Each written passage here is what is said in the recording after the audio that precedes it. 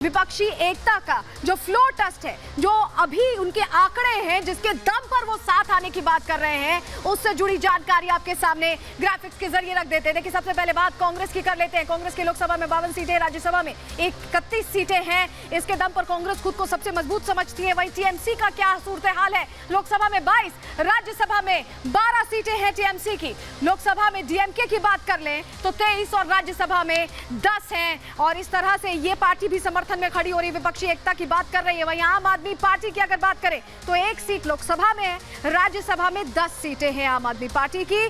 Samajwadi party, देखिए Samajwadi party की अगर बात करें तो लोकसभा में 3 और राज्यसभा में 3 सीटें हैं। और अखिलेश यादव दम भरते हैं कि कांग्रेस साथ दे। वहीं जेडीयू की अगर बात कर लेते हैं, जहां पर ये सब कुछ हो रहा है, पाटलिपुत्र की धरती पर पटना में लोकसभा में 16 सीटें और राज्यसभा में 5 सीटें। आरजेडी की अगर बात कर ले तो लोकसभा में 0, खाता भी नहीं खुला है, राज्यसभा में 6 सीटें। जेएमएम झारखंड की पार्टी, लोकसभा में 1 सीट, राज्यसभा में 2 सीट। ये वो दल हैं जो साथ आने की बात करें। एनसीपी की भी बात करें, शरद पवार को कहा जाता है चाणक्य हैं, सब कुछ मैनेज कर लेंगे। लोकसभा में 4 है और इसके अलावा अगर बात करें तो उनकी 4 राज्यसभा सीटें हैं। वहीं सीपीएम की बात कर लें तो लोकसभा में 3 और राज्यसभा में 5 सीटें हैं सीपीएम की।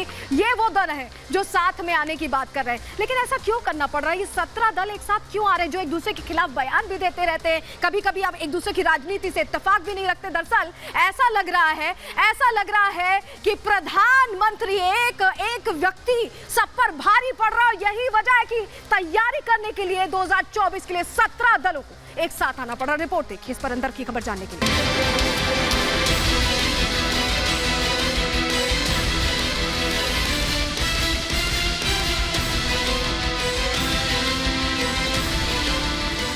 मोदी का विजय रथ रोकने बिहार की धरती पर विपक्ष का मेला लगा। ममता आई, लालू केजरीवाल भी आए, तो अखिलेश और राहुल भी पहुंचे।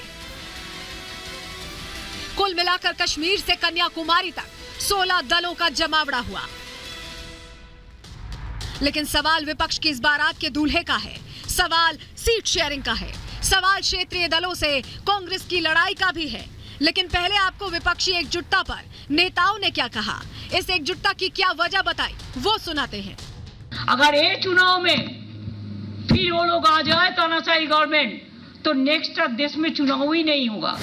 हिंदुस्तान की नींव पर आक्रमण हो रहा है, फाउंडेशन पर, इंस्टीट्यूशंस पर, आवाज पर बीजेपी और आरएसएस आक्रमण कर रही है। मकसद हमारा ताकत हासिल करना नहीं है, ये विचारधारा की लड़ाई है, ये मुल्क के आईन को बचाने की लड़ाई है। हम सब लोग मिलकर के काम करेंगे और देश को बचाने का, और देश कैसे आगे बढ़े उस दिशा में लगातार हम लोग मिलकर के काम करेंगे।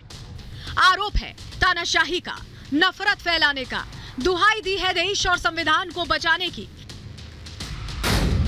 लेकिन सवाल यह है कि अगर देश में तानाशाही है तो जनता सड़कों पर क्यों नहीं उतरी? क्यों देश संविधान बचाने के लिए जनता ने आवाज बुलंद नहीं की? क्यों विपक्ष इतने गंभीर मुद्दों को आंदोलन नहीं बना सका? लेकिन बीजेपी ने बिना दूल्हे वाली इस विपक्षी बारात को निशाने पर ले लिया। अमित शाह ने इसे फोटो सेशन कहा तो जेपी नड्डा ने शिवसेना और जेडीयू के उसूलों पर सवाल दागे। मैं सारे विपक्ष के नेताओं को एक कहना चाहता हूं, कितने भी हाथ मिला लो, आपकी एकता कभी संभव नहीं है, और हो भी गई तो कितने भी इकट्ठा होकर जनता के सामने आ जाइए। 2024 में 300 से ज्यादा सीटों के साथ नरेंद्र मोदी जी का प्रधानमंत्री बनना तय। यही लालू प्रसाद यादव पूरे 22 महीने जेल, कांग्रेस की इंदिरा गांधी, राहुल की दादी ने इसको जेल में डाला था। यही नीतीश कुमार पूरे 20 महीने जेल की शिक्षों के पीछे कांग्रेस पार्टी की इंदिरा गांधी ने डाला था, यही राहुल गांधी की दादी ने डाला था। आज पटना की धरती पर राहुल को आदर सहित उनको स्वागत करते हुए जब मैं इनकी तस्वीरें देख रहा हूं तो मुझे याद आता है कि राजनीति में क्या से क्या हो गया। अंदर की खबर में आपको विपक्षी एकता के बीच फंसे पेच बता देते हैं। अंदर की खबर है कि ममता बनर्जी और नीतीश कुमार ने 1:2:1 फॉर्मूला तय किया है। इस फॉर्मूले के तहत सभी सीटों पर विपक्ष का एक ही उम्मीदवार खड़ा किया जाएगा। इसमें क्षेत्रीय दलों की ताकत तो बढ़ेगी, लेकिन कांग्रेस के लिए सीट कम होना तय है। इसके चलते क्षेत्रीय दलों कांग्रेस के बीच गतिरोध हो सकता है। दूसरा पेच राज्यों के विधानसभा चुनावों को लेकर है। सवाल यह है कि जिन राज्यों में कांग्रेस प्रभावी है, क्या वहां दूसरे दल चुनाव नहीं लड़ेंगे? क्योंकि 2023 के आखिर में 5 राज्यों में चुनाव होने हैं। इसके अलावा केंद्र की नीतियों के विरोध और क्षेत्रीय मुद्दों को लेकर भी विपक्ष में गतिरोध दिख रहा है। एनसी ने आज धारा 370 को लेकर आम आदमी पार्टी के रुख पर सवाल खड़े किए हैं, तो केंद्र के अध्यादेश के खिलाफ आम आदमी पार्टी को दूसरे दलों का साथ मिलता नहीं दिख रहा है। Bureau report, Republic Bharat. तो अमेरिका में प्रधानमंत्री मोदी और पटना में विरोधी जुट रहे हैं, लेकिन क्या क्या बयान इन विरोधियों ने पहले एक दूसरे को लेकर दिए हैं, कितना इनका एक दूसरे के साथ ये टीम अप कर पाएंगे, जरा हम आपको बता देते हैं। सबसे पहले बात कर लेते हैं आम आदमी पार्टी की। अध्यादेश पर कांग्रेस बीजेपी में डील है, अरविंद केजरीवाल ने ये बात कही थी।